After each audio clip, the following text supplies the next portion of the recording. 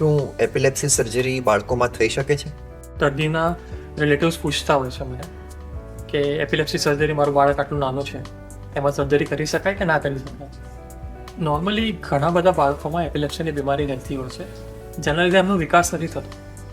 પણ અગર એવું આઈડેન્ટિફાય કરવામાં આવ્યું કે આ બાળકને એક ચોક્કસ જગ્યાએ, જેમ કે ફોકલ એપિલેપ્સી છે, ત્યાંથી જ ખેંચ આવી રહી છે અને આપણે પિકઅપ કરી શક્યા કે કયા ભાગમાંથી ખેંચ આવે છે, તો જેટલી જલ્દી સર્જરી કરીએ એટલો વધારે ફાયદો થતો હોય છે બાળકને.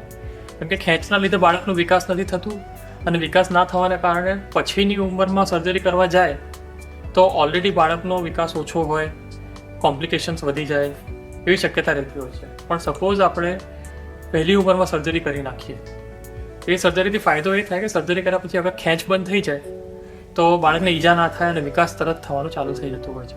એટલે એપિલેપ્સી સર્જરી નાના બાળકોથી લઈને મોટી ઉંમરના લોકોમાં થતી હોય છે. 50 વર્ષની ઉંમરમાં પણ સર્જરી થાય અને 3 થી 6 મહિનાની ઉંમરમાં પણ સર્જરી થઈ શકે એપિલેપ્સી.